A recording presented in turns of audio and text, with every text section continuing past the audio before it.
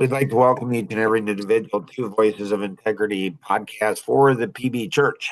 And this is very different than any other church you'll go to. You'll never be asked for money. You just won't. And you won't be asked or encouraged in any way to stop going to the church you're going to. And so there's questions on here, discussion on here that it seems like it's hard to ask these questions in a church or hard to have these kind of conversations, in a church. And so I've got like a whole bunch of things that are on my heart, mind, and soul. But before I do that, Roseanne, is there anything you want to cover today or questions you have? I was just wondering what was on your heart. So So, sometimes it's kind of interesting to hear what you have to say. so Mike, it's fascinating because you'd think being married for 41 years that that she would know me, that she would understand, and but she comes to the podcast uh to actually often learn what's going on inside of me. Is that strange or what, Mike? Well, life is busy, Mark, and I feel like that.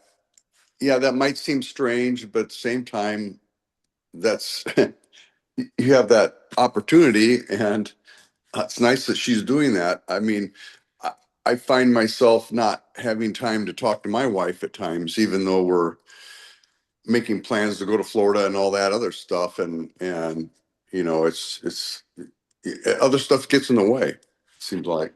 Well, with us it's not that way though. Well, okay. Yeah, like yesterday after pickleball, which I finished up around 10:30. Because you weren't there. If you were there, you and I would have kept playing. Sure, probably. But so I come home and she's like, "You're home early." I'm like, "Yeah." Everybody was done. Um, and and she says, "What do you have for the rest of the day? What are your plans for the rest of the day?" And I'm like, "Nothing really. I've got nothing to do." So right there, if you go to bed at 9 o'clock and it's 11 o'clock, that's 10 hours Okay. of nothing to do. I don't have that. That's the difference. I mean, I have, and you think about things that you have, and we super enjoy this lake cottage, and uh, I enjoy staying busy. But yet, what I don't like is feeling the burden of what I have to do at home to keep it up. Right? And- And when you have two places, uh, Right. it somewhat dull. This place is not takes really no time at all for me, and that's why I like it so well. but but at home, it's kind of like taking care of your place. It's a lot. You got a lot of property Right. there. Right. Um, but When anyways, you have that's property and you have river and a pond, I mean, yeah, a friend of mine, Ed Courage, he went ahead and he got lakefront and he said, I don't know what it was. He said it costs 40% more time and money when you have property that's got water, lake or river or something like that. And I can see that for mhm, sure. Um, so, but we have Amish that often will do all the work for it's very me, so I don't have to do it. Rosanna likes to mow the lawn, right. and so she likes to do that, and she likes to do her flowers. I don't, Sure, I don't like doing the lawn. I don't like doing yard work, right. so I get somebody else to pretty much do that. That's Um, good. and so Rosanna, is there anything specific you'd like to ask?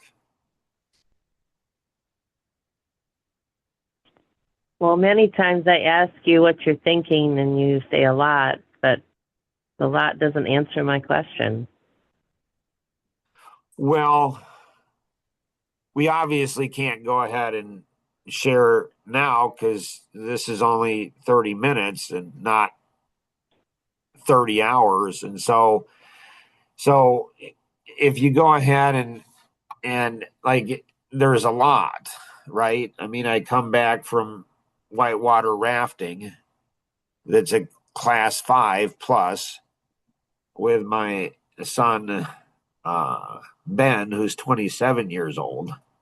So it's overwhelming to me. Everything, everything's just overwhelming. I mean, it's just overwhelming. So What do I you don't. mean by overwhelming, Mark? Well, somebody we play pickleball with, he lost his son uh, a year ago, who was around Ben's age, in a Okay. motorcycle accident. Okay. I talked to Tony on Saturday, and I do a podcast with him. And his son, 10 years ago, committed suicide, and he was 19 years old. And they only had one son. And Wow. so Yeah. had, we had probably 15 hours of Ben and I had 15 hours of deep conversation. I mean, it's just, and so, Ben's married and been married for 3 years, and he's thinking about, they're thinking about having children. And Ben's, he said he goes in and out of that Hmm. because he's seen how hard it is to have children and what children do to the dad, how they just brutalize. He's like, he's like, I don't get it, Dad. He's like, I just don't get it. He's like, Hmm. so, so his youngest brother, but he was in the room 5 feet away when Jonathan killed himself with a rifle. I mean, that's a pretty brutal experience to Ye- go through. Yes. And so, Tim, he's really struggled, but he's like, after rafting, he's like, Dad, I said, what were you thinking on the rafting trip?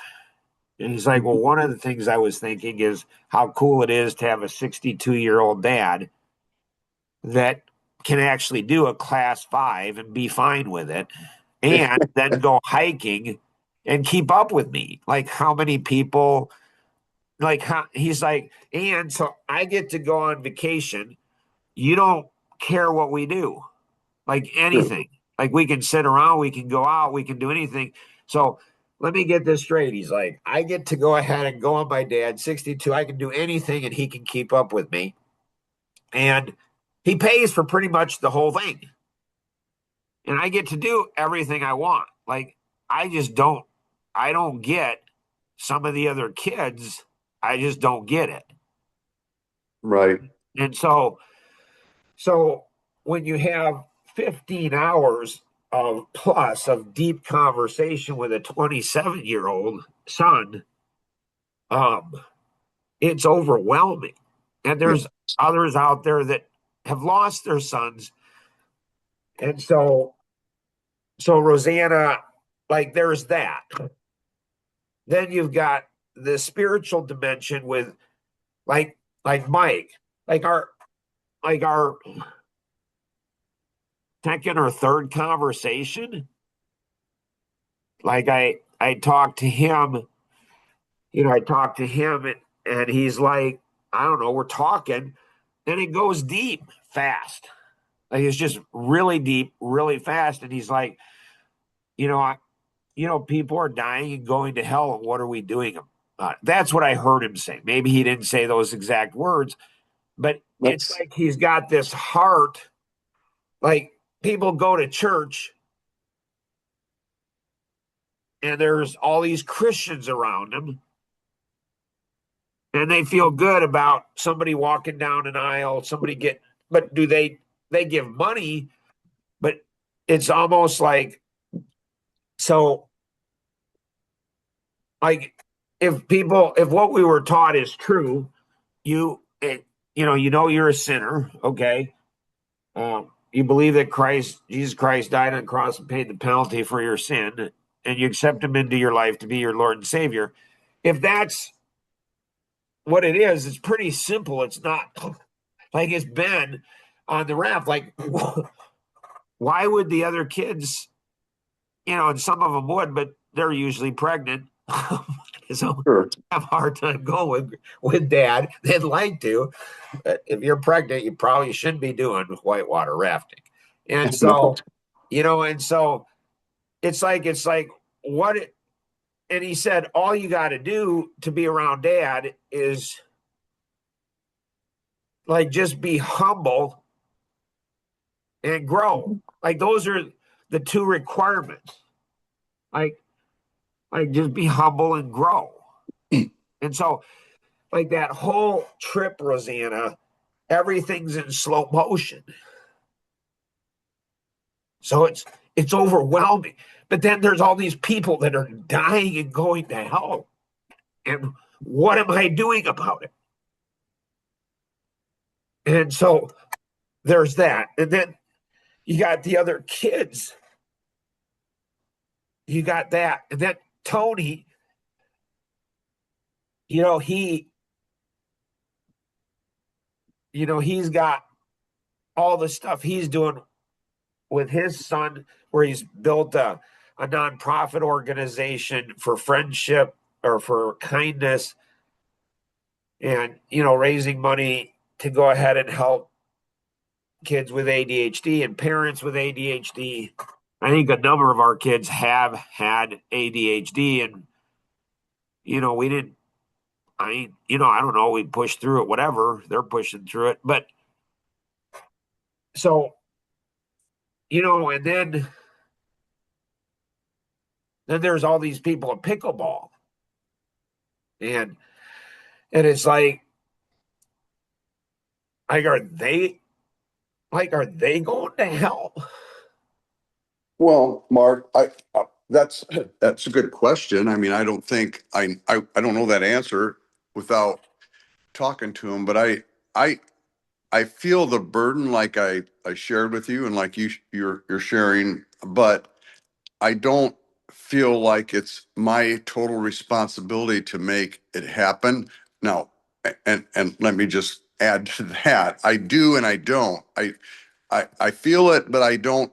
I feel like God's bigger than me, and that I don't need to be the one to see every one of them do what we're talking about. Now, would I love that? Yeah.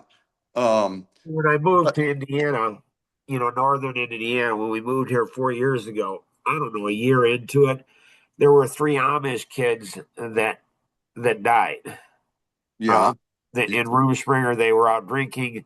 They were in a car. They got drunk, and they were, I think 15, 16, and 17, two boys and a girl, and they died of asphyxiation. hmm, And when I didn't know them, I didn't know their family. okay, I didn't know anybody connected. I didn't know. And when I heard that, my heart just absolutely broke. And sure, Elaine, a neighbor of ours, a friend of ours who's Amish, he went ahead and said to Rosanna, he's like, I'm concerned about Mark. And hmm, Rosanna's like, why? She says, it's like he's taking personal responsibility for their death. And Rosanna went ahead and laughed and said, well, yeah, that's just Mark. So, then, I didn't know it, but Kenny, a guy I've hung out with who was raised Amish, he went ahead and, so he was 23, 22 at the time. He said, uh, hey, do you want to go to the viewing? hmm, And and I'm like, sure, if that's not a problem. I don't want it to be about me for sure. but yeah, I'm the only English person there. Like there's no other English. Like we're walking through the receiving line or whatever it is, and some of his buddies said, "Hey, Kenny, come up here." And so he said to me, he's like, "Do you mind if I go?" I'm like, "No, it's fine." I don't mind being I don't know what the protocols are. I don't Yeah. know. Like, I don't know. But obviously, I just say, "Yeah, no, go ahead. Leave me alone." No, yeah, that's fine. He leaves. And I'm just standing there. And I'm telling you, have you ever been to an Amish viewing? No, no. I've been to a viewing where Amish were there, but never to a Amish viewing. Oh, I'm telling you, you've never experienced. There's 100, 250 people, and you shake all their hands. Okay. Every hand you shake. Yeah. It it's crazy. And then a few weeks, months later, I'm at Coffee Connection, and somebody knew a cousin of, one of the young men who died, and he was struggling with drugs and stuff. And after the death, he struggled even more. And so, like, I'm raised Baptist, so I'm raised very deeply in predestination and election. And so, hey, you do your best. And, you know, so I get this view of Baptist that they're going to stand before a holy God someday, and God's going to say, hey, there's one or there's 1,000 people that aren't in heaven because of you. And I think what the Baptists are going to do is the Baptists are going to say, well, no, no, no, no, no, God, no, no. Let me explain in Scripture where that's not the case. I'm serious. Baptists are so arrogant. They think they know more than God does. Like I really like. So do I believe in predestination and election? Yeah, but what if I'm wrong? Like, what if I'm wrong? Right. And so I don't think Baptists. You were raised. Was it Mennonite? No, brother. Well, base brethren, Church Yeah, of the Brethren, but it's about the same. yeah. And so I'm like, what if you're wrong? What if I'm wrong? Like, Yeah. what if people actually do end up in hell because I'm just sloppy, lazy, undisciplined, pathetic? Like, what if? Like, what if I'm wrong? And it's like, well, you're not, Mark. The Baptist will say, well, can you take your mind? Can you get off the self-righteousness? Can you get off of that? And can you think about that? So, Rosanna, like, this is the tip of the iceberg. Like, this is the tip of the iceberg. This is like what's going on, inside of me. I mean, it's just everything's overwhelming. Well, Mark, let me just ask you. I mean, based on what you just said and the Baptist background, uh, uh, what is it you think you should do? Because that would increase your odds of winning those people over that you aren't doing. Well, I mean, so there's, one of the gentlemen that went ahead, you know who he is, and he really likes insects, animals, and everything like that. And so when I was out, I saw an orange lizard. I didn't take a picture, but my son did for his wife because he was, she likes that kind of stuff. But then I thought, oh, so I saw a snail and I took a picture, a close up snail, and that's a cool looking snail. And then I got it over to him and his wife. And Sure. then, I invited them both to come to, pickleball this morning. Okay. And so, Well, so Mark, that's somehow I've yeah. got to somehow, but I don't appreciate God's creation. I don't think they're Christians. I don't know. But I mean, it's fascinating how sensitive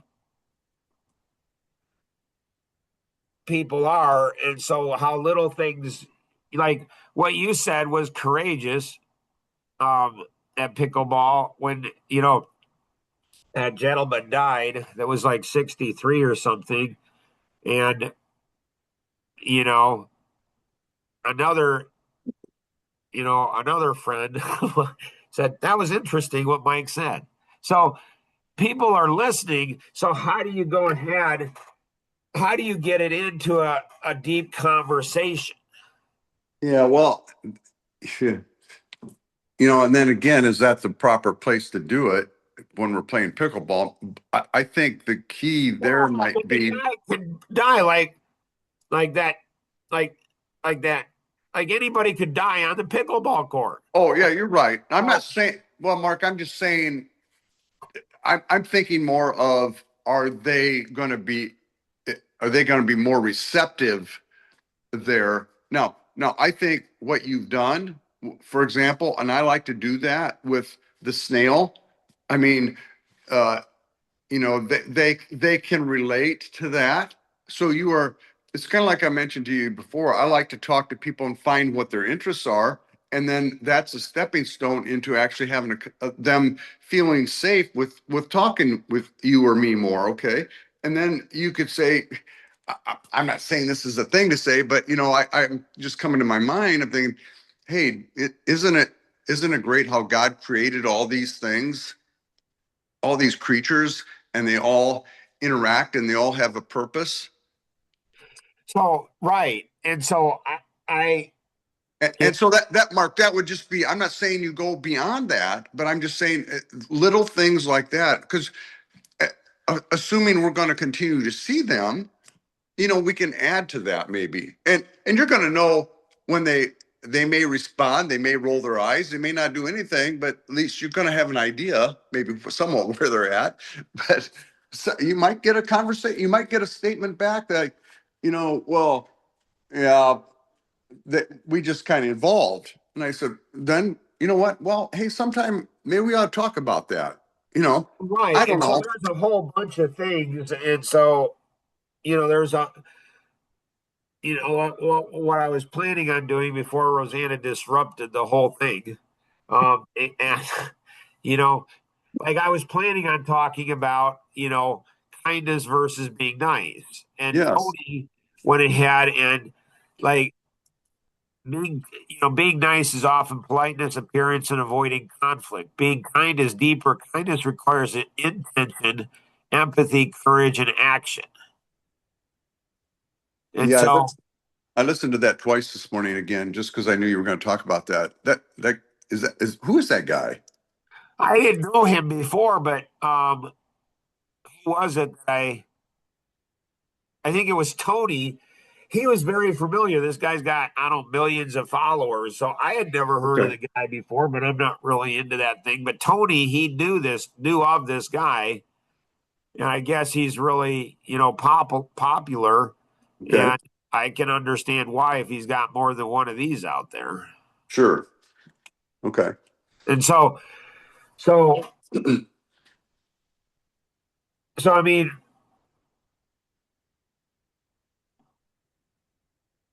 like, Rosanna, does that help or you want more or what? Oh, that's very helpful. How's it helpful? I don't know. I guess I just wonder what goes on in that mind of yours. Those wheels are always turning. And I know you're not thinking about things. I mean, I'm out mowing for 4.5 hours, and I'm like, I don't know that I do all that thinking. So, Right.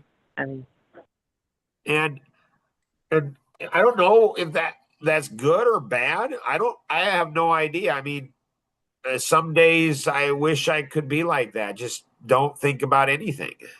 But I'm like, how do people not think about anything? Like I don't Well, there's yeah. part of me that says it's kind of a meditation time. So it's like, okay, I do have things that when I'm on the computer, I have to think about this and this and this. And when I'm, with people, I have to, keep up a conversation or, you know, do things. So And you're so kind of like sometimes, the Amish then. what's that mean? Well, Luke said that he goes out and he likes to hunt. I'm like, what? Why do you like hunting? Like just sitting there waiting for something to come and then shoot it. Like, why? Why do you like or fishing? Why do you like that? He's like, well, it's like meditation. It's like I can just appreciate God and God's nature. And it's like, okay, like how many Christians use prayer as procrastination as a way to procrastinate? Hmm. You've never thought of that, Mike? No, well, I've never thought of it. No, I guess I've never heard that before. Oh my goodness. But it Like makes sense because when you can. Christians don't want to do something, what do? I'll pray about it. like, Yeah, like, right. Yeah, like, that way you did your part, right? right. Like I'll pray about it. Huh. I wonder what that prayer is going to be. The Yeah. answer to that answer to that prayer is going to be exactly what they want. They just use it as a way to sound self-righteous. Like I'm going to pray about it. And Well, and then not even do that. They right. may not even pray. Or they do pray. What's worse is they actually do pray and they actually come to the exact same conclusion that they would have if they didn't pray, and they think they're spiritual for it. And I've seen pastors do this like crazy. It's like, you want this, you pray for it, and God gives it to you. It's like, boy, I wish my prayers are like that. When I pray, it seems like God gives me the opposite of what I want. Like, really? I'm going to just stop praying. Like, this is I don't know. Maybe I'm goofy or crazy. So I asked Luke, I said, so Luke, have you ever thought that you just use hunting? You love hunting for, the adrenaline. You get to relax, and then you have the adrenaline hit. It's like doing drugs or alcohol. It's just out in nature, and you can just do it. And like, have you ever thought you just use like spiritual things to go ahead and come up with excuses for being lazy and sloppy and disciplined and pathetic? He's like, I've never thought of that before. Like, I don't know, Mike, why people don't want to have me as friends. Like, I well, I don't either. I think so it's Dana, slide back to you. There's not a criticism of you and other people who can just not think, I guess. But like when you meditate, does that give you peace or does that go ahead and put pressure on you? I don't know. And so it's not, I don't know. My way of thinking is not for everybody. I wish I could be normal, but it seems So like, I look for things to be thankful for. So, I mean, when I was out mowing, I was thinking that it was really nice that I have a riding lawnmower, not a push mower, because it's a lot of mowing out there. And things that, the trees are growing and how we planted them and, all what the property looked like before we you know, got going and working on it. So it's not just meditation, it's trying to be thankful for things that, sometimes I just don't see when we're in the busy. right? I mean, and so, when you look at the quantum healing model, that fits there. So thankfulness goes ahead and is a vaccine against entitlement. So that's good. That's good. Um, humility is a vaccine against self-righteousness, and taking ownership is, a vaccine against victimhood. So these three seem go ahead, and we're past time now. So always come early, always stay late. Anything beyond 30 minutes is always a gift from me to you, you to me, us to one another. And it's definitely, this is Mike's, first maybe church experience. And so, Mike, any closing comments, questions, thoughts? uh, just I think it's interesting that Rosanna is sharing, like, I mean, it makes me, when I listen to her and her responses, it reminds me of what my wife would say somewhat, and how, I think there's times probably when, being that we don't feel like we have that time together to talk, that it'd be interesting to ask her like you were asking her. I think that's kind of cool.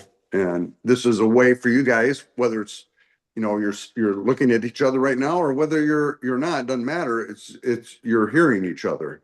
So that's pretty cool. Well, it's strange. I'm a strange guy. Like, most people aren't gonna like share their heart on a podcast that could go to 8+ billion people. Like, that's not the time to be transparent. Right. True. That's Maybe not not. but I don't care. Like, hey, the Bible says that we should, fear God, our creator, not fear man. Right. And so I think a lot of times, Christians, especially the really devout Christians, what they do is they go ahead, they want to go ahead and look at, like, they want people to look at them like the Pharisees and the religious leaders. They wanted to look good rather than be good. And Right. Right. and for me, it's like, yeah, no, don't really want to look good. I want to, like, it says perfect love casts out all fears. Right. And so, Rosanna likes to, like a lot of women or Christians, she likes to look good. One of the hardest challenges she has as a woman is her husband.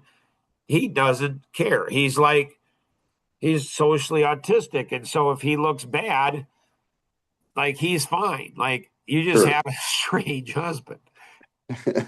And so, so yeah, it's a little bit backwards with me. So anyways, appreciate you both, each of all of you that are participating and, watching the rebroadcast. I mean, share this with others. I mean, what did you gain from it?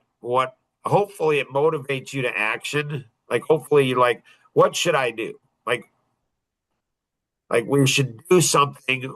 Like, if we're not doing something with what God gives us, then we're just like that one talent person, servant that just buries his talent. And I don't know. I think someday we're going to give an account to that. I don't know that that's going to be uh, like the Baptists think it's going to be. Anyways, always remember we can accomplish so much more together than we ever can on our own. Have an amazing day.